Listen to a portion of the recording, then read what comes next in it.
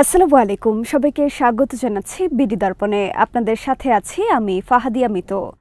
আওয়ামী লীগের জন্য ভয়াবহ এক দুঃসংবাদ দিয়েছেন তারেক রহমান।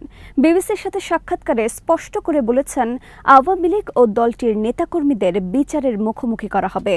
বিএনপি ভবিষ্যতে ক্ষমতায় গেলে এই ধারা অব্যাহত থাকবে। তারেক রহমানের এই সাক্ষাৎকার প্রচারের দিন আন্তর্জাতিক অপরাধ আদালতের চিফ প্রসিকিউটর তাজুল ইসলাম জানিয়েছেন, রাজনৈতিক দল হিসেবে আনুষ্ঠানিকভাবে আওয়ামী লীগের অপরাধের তদন্ত শুরু হয়েছে।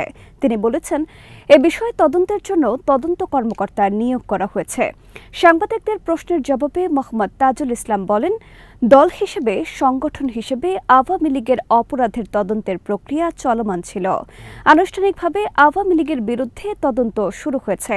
তদন্ত কর্মকর্তা নিয়োগ হয়েছে এবং তারা তদন্ত কাজ খুব দ্রুতই সম্পন্ন করবেন। তারা সর্বোত্তম চেষ্টা করবেন এবং তদন্ত রিপোর্ট প্রাপ্তির সাপেক্ষে দল হিসেবে বিচারের জন্য আওয়ামী লীগের ব্যাপারেও যথাযথ ব্যবস্থা গ্রহণ করা হবে। দলের অপরাধ প্রমাণ হলে কী ধরনের সাজা হতে পারে জানতে চাইলে চিফ প্রসিকিউটর বলেন, দলকে কী ধরনের সাজা দেওয়া যাবে সেটা কিন্তু আইনে বলা আছে। দলকে নিষিদ্ধ করা বা অন্য কোনো প্রক্রিয়ায় সাজা দেওয়া, সম্পদ জব্দ করা, তাদের নেতাকর্মীর ব্যাপারে একটা সার্টেন কোনো ডাইরেক্টিভ ইস্যু করা, এগুলো আইনে আছে। তদন্ত রিপোর্ট আসুক, বিচারের সেই পর্যায়ে প্রবেশ করুক, তখন বিষয়গুলো দেখা যাবে। শুধু আওয়ামী লীগ নাকি 14 দলীয় জোটভুক্ত দলগুলোর বিষয়ে তদন্ত হবে? এমন প্রশ্নে চিফ প্রসিকিউটর বলেন, এই মুহূর্তে দল হিসেবে আওয়ামী লীগের ব্যাপারেই তদন্ত শুরু হয়েছে। যদি প্রয়োজন মনে হয় যে আরও কোনো দলও অপরাধের সাথে যুক্ত, সেক্ষেত্রে তাদের ব্যাপারেও আমাদের তদন্ত সংস্থা ব্যবস্থা গ্রহণ করবে। তাজুল ইসলামের এই বক্তব্য খুবই তাৎপর্যপূর্ণ।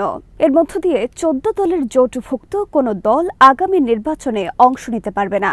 এমনকি আওয়ামী লীগের শরিক হিসেবে ক্ষমতায় যাওয়া জাতীয় পার্টির নির্বাচন অনিশ্চিত হয়ে পড়তে পারে। ইতোমধ্যে জামাত সহ কয়েকটি রাজনৈতিক দল জাতীয় পার্টির কার্যক্রম নিষিদ্ধ করার দাবি জানিয়েছে। এখন আওয়ামী লীগ ও 14 দলের কার্যক্রম তদন্তের আওতায় আসায় দেশের পুরো রাজনৈতিক দৃশ্যপট বদলে যেতে পারে। শুধু বর্তমান সরকার নয়, ভবিষ্যতে বিএনপি ক্ষমতায় আসলেও আওয়ামী লীগ ও 14 দলের বিচার চলবে, এমন ইঙ্গিত দিয়েছেন তারেক রহমান। বিবিসির সাথে সাক্ষাৎকারে তারেক রহমান খুব স্পষ্ট করে বলেছেন, দল হিসেবে আওয়ামী লীগ যদি অন্যায় করে থাকে তাহলে দেশের আইন অনুযায়ী তার বিচার হবে। দেশের আইন সিদ্ধান্ত নেবে। সোজা কথায়, অন্যায়কারীর বিচার হতে হবে, তো সেটি ব্যক্তি হোক, সেটি দলই হোক। যারা জুলুম করেছে তাদের তো বিচার হতে হবে। সেটি ব্যক্তিও হতে পারে, সেটি দলও হতে পারে। তারেক রহমানের এই অবস্থান স্পষ্ট করা খুব জরুরি ছিল, কারণ এই দেশের ভারতপন্থীরা এখন নানাভাবে আওয়ামী লীগকে রাজনীতিতে পুনর্বাসনের বয়ান হাজির করছেন। এমনকি বিএনপির ভেতরে থাকা গুপ্ত বামরা অনানুষ্ঠানিক আলোচনায় এরকম মত প্রকাশ করে থাকেন। তারেক রহমান এই সাক্ষাৎকারে ইঙ্গিত দিয়েছেন, আওয়ামী লীগ প্রশ্নে কোনো ছাড় দেওয়া হবে না। তারেক রহমানের এই ঘোষণার পর বিএনপির ভেতরে থাকা আওয়ামী লীগের প্রতি সহানুভূতিশীল ও বাম সুশীল সমাজের সদস্যরা কার্যত চুপসে গেছেন। রিফাইন আওয়ামী লীগকে রাজনীতিতে আনার পর্দার আড়ালে যেসব প্রক্রিয়া চলছে তা হোঁচট খেতে যাচ্ছে। আওয়ামী লীগ যে ভবিষ্যৎ রাজনীতিতে ফিরতে পারবে না তা এখন মোটামুটি নিশ্চিত। বিবিসির সাথে সাক্ষাৎকারে তারেক রহমান বলেছেন, এখন তারা যদি স্বৈরাচারকে সেখানে আশ্রয় দিয়ে বাংলাদেশের মানুষের বিরাগভাজন হয়, সেখানে তো আমাদের কিছু করার নেই। এটা বাংলাদেশের মানুষ সিদ্ধান্ত নিয়েছে যে তাদের সাথে শীতল থাকবে। আমাকে আমার দেশের মানুষের সাথে থাকতে হবে। তারেক রহমান ভারতের সাথে বিএনপির সম্পর্কের দিকটিও সাক্ষাৎকারে তুলে ধরেছেন। তিনি বলেছেন, বিএনপির মূলনীতি একটাই, সবার আগে বাংলাদেশ। কূটনীতির ক্ষেত্রে বিএনপির নীতি সবার আগে বাংলাদেশ। আমার জনগণ, আমার দেশ, আমার সার্বভৌমত্ব, এটিকে অক্ষুণ্ণ রেখে, এটি স্বার্থ বিবেচনা করে, এই স্বার্থকে অটুট রেখে বাকি সবকিছু। তিনি আরও বলেছেন, অবশ্যই আমি আমার পানির হিস্সা চাই। অবশ্যই আমি দেখতে চাই না যে আরেক ফেলানি ঝুলে আছে। অবশ্যই আমরা এটা মেনে নেব না। আওয়ামী লীগ ও 14 দলের বিচারের সম্ভাবনার কারণে ভারতের রাজনৈতিক গুটি চালাচালি কঠিন হয়ে পড়বে বলে রাজনৈতিক বিশ্লেষকরা মনে করছেন। আওয়ামী লীগ ও 14 দলের কোনো নেতা বিচারের মুখোমুখি হলে ভোটে দাঁড়াতে পারবেন না। মানবতা বিরোধী অপরাধের অভিযোগে আন্তর্জাতিক অপরাধ ট্রাইব্যুনালে কারো বিরুদ্ধে আনুষ্ঠানিক অভিযোগ দাখিল করা হলে তিনি আর নির্বাচন করার যোগ্য হবেন না। জনপ্রতিনিধি হয়ে থাকলে সেই পদে থাকার যোগ্যতাও তিনি হারাবেন। এর ফলে অভ্যুত্থানে ক্ষমতাচ্যুত আওয়ামী লীগ সভাপতি শেখ হাসিনা সহ তার মন্ত্রীদের ভোটে অংশ নেবার সব সুযোগ বন্ধ হয়ে গেছে। আন্তর্জাতিক অপরাধ ট্রাইব্যুনাল আইসিটি আইন 1 বছরের মধ্যে তৃতীয়বারের মতো সংশোধন করে এই বিধান যুক্ত করেছে অন্তর্বর্তী সরকার।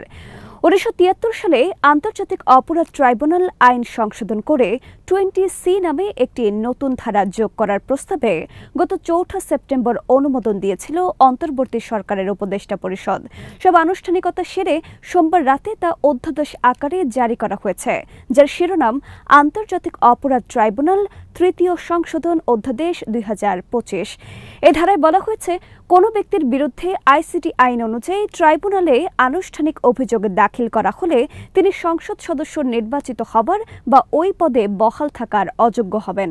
একইভাবে তিনি যে কোনো স্থানীয় সরকার প্রতিষ্ঠানের সদস্য, কমিশনার, চেয়ারম্যান, মেয়র বা প্রশাসক হিসেবে নির্বাচিত হবার বা বহাল থাকার অযোগ্য হবেন। এমনকি প্রজাতন্ত্রের চাকুরিতে নিয়োগ পাওয়ার বা অন্য কোনো সরকারি পদে অধিষ্ঠিত হবারও অযোগ্য হবেন তিনি। যদি সংশ্লিষ্ট ব্যক্তি ট্রাইব্যুনালের রায়ে অব্যাহতি বা খালাস পান, তাহলে এই অযোগ্যতা আর তার ক্ষেত্রে প্রযোজ্য হবে না। আন্তর্জাতিক অপরাধ আইনে অভিযুক্ত কেউ যেন বিচারাধীন অবস্থায় রাষ্ট্রের কোনো দায়িত্বে থাকতে না পারেন, তা নিশ্চিত করাই আইন সংশোধনের মূল উদ্দেশ্য। 2024 সালের 5 অগস্ট গণ অভ্যুত্থানে আওয়ামী লীগ সরকারের পতন ঘটে। সেদিন দেশ ছেড়ে ভারতে পালিয়ে যান ক্ষমতাচ্যুত প্রধানমন্ত্রী শেখ হাসিনা। আওয়ামী সরকারের মন্ত্রী, এমপি ও নেতাদের অনেকেই গ্রেফতার হয়ে কারাগারে আছেন।